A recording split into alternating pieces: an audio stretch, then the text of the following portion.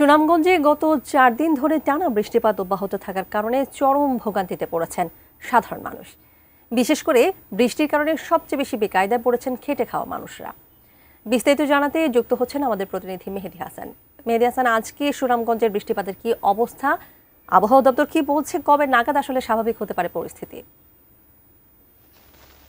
তানিয়া, দেখুন, সুনামগঞ্জে গত 4 দিন ধরে কিন্তু বৃষ্টিপাত অব্যাহত রয়েছে এবং এই বৃষ্টিপাত অব্যাহত থাকার কারণে সুনামগঞ্জের যে সাধারণ মানুষ আছেন, প্রান্তিক পর্যায়ে যারা খেতে যাওয়া মানুষ আছেন এবং অফিসগামী যে লোকজন আছেন, তারা কিন্তু আসলে বৃষ্টির কারণে ভোগান্তিতে পড়ছেন। কারণ তারা সঠিক সময়ে আসলে অফিসগামী যে মানুষজন আছেন তারা কিন্তু অফিসে যেতে পারছেন না, খেতে খাওয়ার যে মানুষজন আছেন তারা কিন্তু বাইরে বের হতে পারছেন না। কারণ সুনামগঞ্জে কিন্তু যে থেমে থেমে থেমে থেমে বৃষ্টিপাত হচ্ছে, কখনো ভারী বৃষ্টিপাত হচ্ছে, কখনো হালকা বৃষ্টিপাত হচ্ছে। এখনো আপনি দেখতে পাচ্ছেন যে সকাল থেকে কিন্তু বৃষ্টিপাত কিছুটা কম হলেও এখন কিন্তু ঝুড়ি ঝুড়ি বৃষ্টিপাত রয়েছে। আমরা কথা বলেছিলাম সুনামগঞ্জের যিনি পানি উন্নয়ন নির্বাহী প্রকৌশলী আছেন তার সাথে। তিনি আমাদেরকে বলেছেন যে গত 4 দিন বৃষ্টিপাত হয়েছে, আগামী 24 ঘন্টা সুনামগঞ্জে বৃষ্টিপাত হতে পারে। তবে নদীর সুনামগঞ্জের যে মানুষ আছে সেই মানুষের পানি কিন্তু বিপদসীমার 90 সেন্টিমিটার নিচে রয়েছে, অর্থাৎ সংখ্যামুক্ত রয়েছে। তিনি বলেছেন যে এই যে আগামী যে 24 ঘন্টা বৃষ্টিপাত হবে, এই বৃষ্টিপাতেও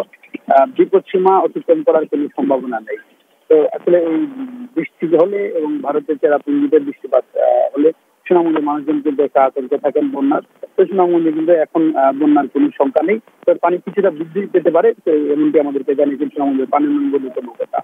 তো এই ছিল আমার কাছে সুনামগঞ্জ থেকে বৃষ্টি এবং নদীর পানি বৃদ্ধির সর্বশেষ তথ্য। তানিয়া।